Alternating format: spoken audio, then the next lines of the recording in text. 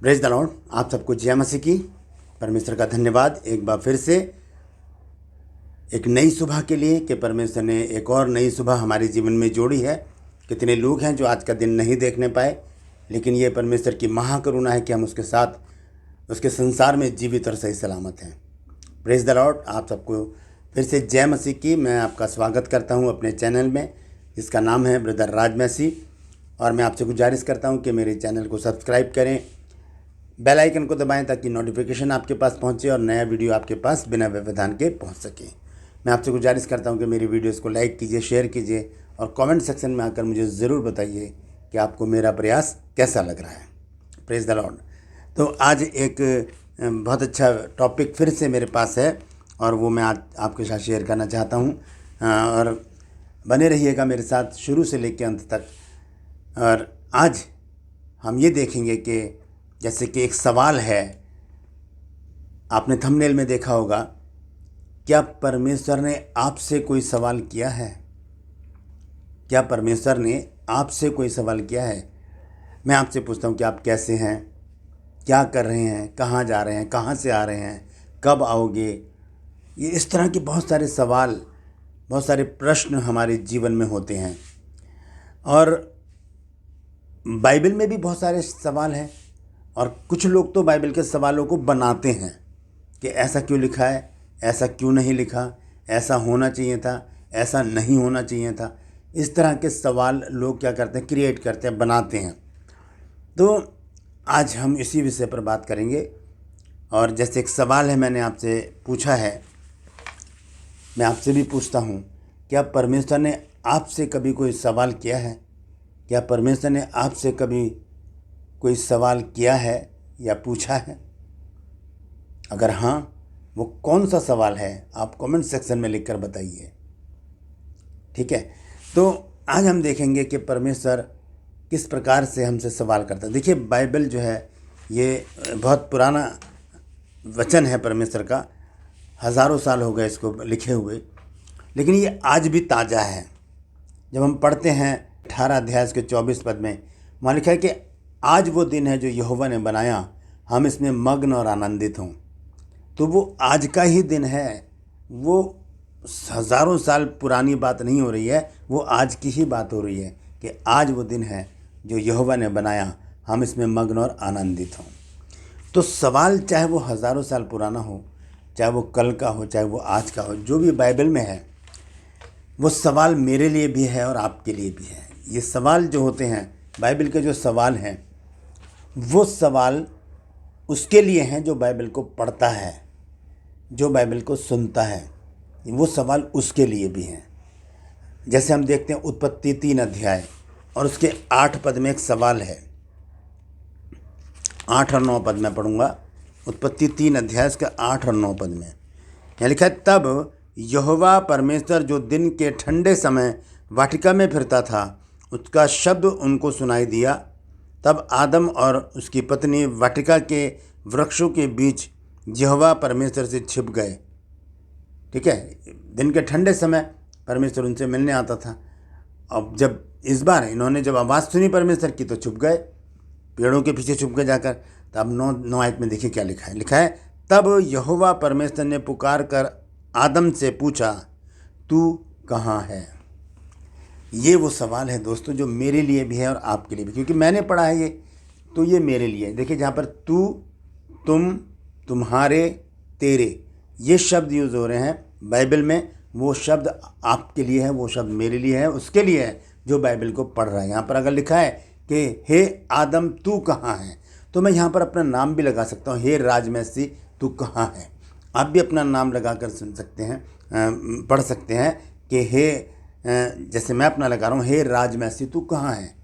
इसका मतलब क्या है, परमेश्वर ये सवाल क्यों पूछ रहा है कि जहाँ मुझे होना चाहिए था, अगर मैं वहाँ नहीं हूँ तो परमेश्वर मुझसे ज़रूर सवाल पूछेगा, बेटा तुझे तो आज मीटिंग में होना चाहिए था, तू कहाँ पर है? तुझे आज चर्च में होना चाहिए था, तू कहाँ पर है?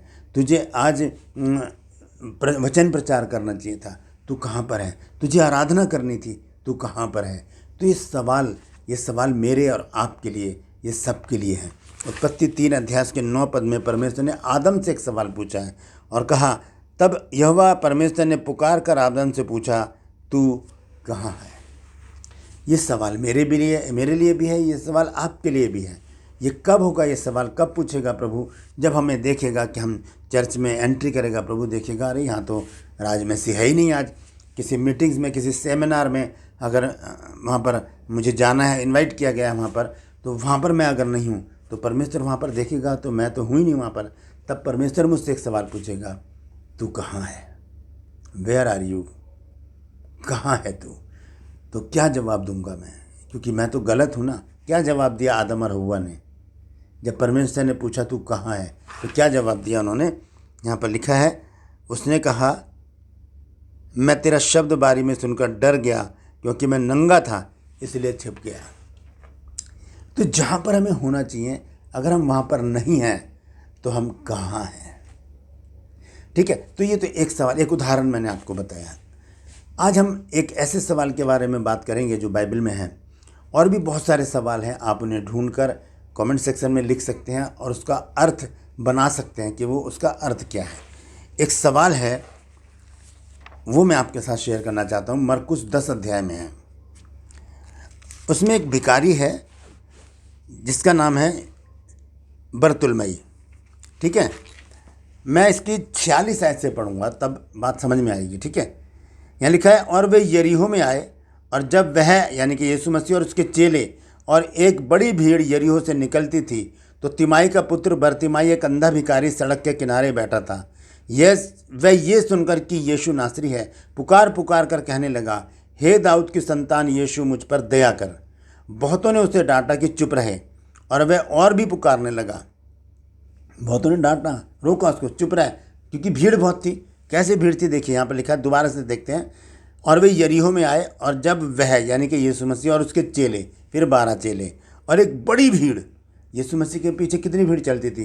5,000 7,000 को तो यीशु मसीह पुरुषों को रोटियाँ खिलाई हैं, और स्त्री और बच्चों की गिनती नहीं है, तो हज़ारों की भीड़ है। फिर सबसे पहले आगे यीशु मसीह हैं, फिर चेले हैं, फिर हज़ारों की भीड़ है। तो पीछे सबसे पीछे है बरतिमाई। वो वहाँ से आवाज़ लगा रहा है, हे दाऊद की संतान यीशु, मुझ पर दया कर। वो यीशु मसीह तक आवाज़ नहीं जाएगी, वो जान रहे हैं लोग। वो कह रहे हैं कि बहुतों ने उसे डांटा कि चुप रहे, वह और भी पुकारने लगा कि हे दाऊद की संतान मुझ पर दया कर। वो और चिल्लाया और शिद्दत से पुकारा, हे दाऊद की संतान यीशु, मुझ पर दया कर। अब ध्यान से सुनिए, सवाल आएगा अब एक। तब यीशु ने ठहर कर कहा, उसे बुलाओ। और लोगों ने उस अंधे को बुलाकर उससे कहा, ढाढ़स बांध, उठ, वह तुझे बुलाता है। वह अपना कपड़ा फेंक कर शीघ्र उठा और यीशु के पास आया। अभी वो यीशु मसीह के पास आ गया तो उसके पास एक सवाल भी आएगा। क्या सवाल है? इस पर यीशु ने उससे कहा, तू क्या चाहता है मैं तेरे लिए करूं?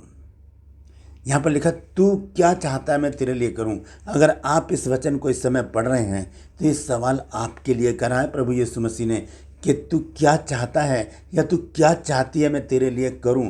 क्यों? क्योंकि देखिए, अय्यूब की पुस्तक और उसका 42 अध्याय और उसके दूसरे पद को मैं पढ़कर बताऊंगा लिखा क्या है। अय्यूब 42 का दूसरा पद देखिए, यहाँ लिखा है, मैं जानता हूँ कि तू सब कुछ कर सकता है और तेरी युक्तियों में से कोई रुक नहीं सकती।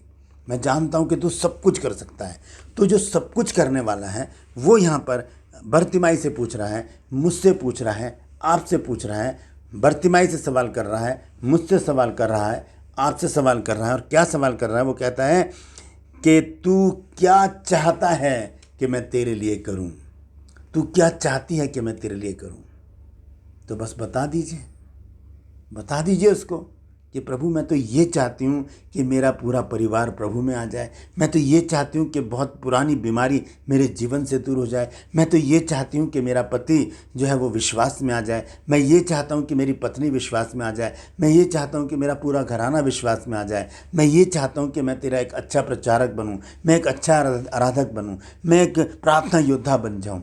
ये सब चीज़ें, देखिए, संसारिक चीज़ें मांगने के लिए प्रभु ने हमें मना किया है, क्योंकि वचन में लिखा है मत्ती 6 अध्याय की 33 आयत में कि पहले उसके धर्म और राज्य की खोज करो तो ये चीज़ें तुम्हें वैसे ही मिल जाएंगी।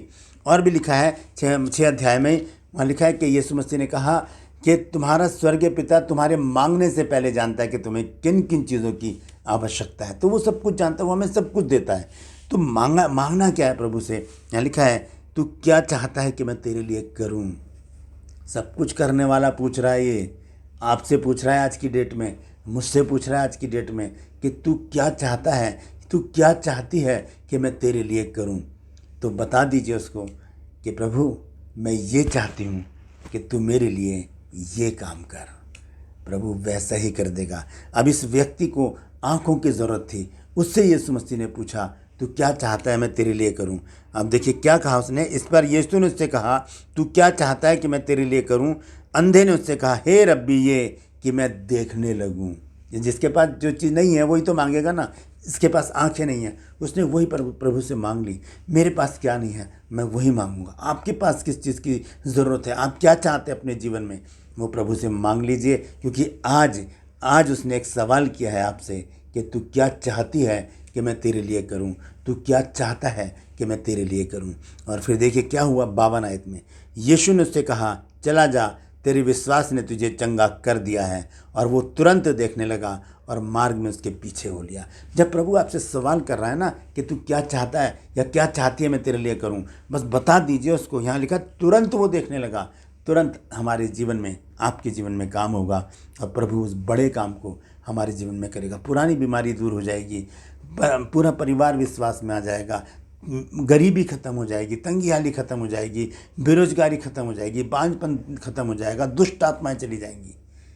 कब? जब हम इस आवाज़ को सुनेंगे, इस सवाल को सुनेंगे कि तू क्या चाहता है कि मैं तेरे लिए करूं। Praise the Lord.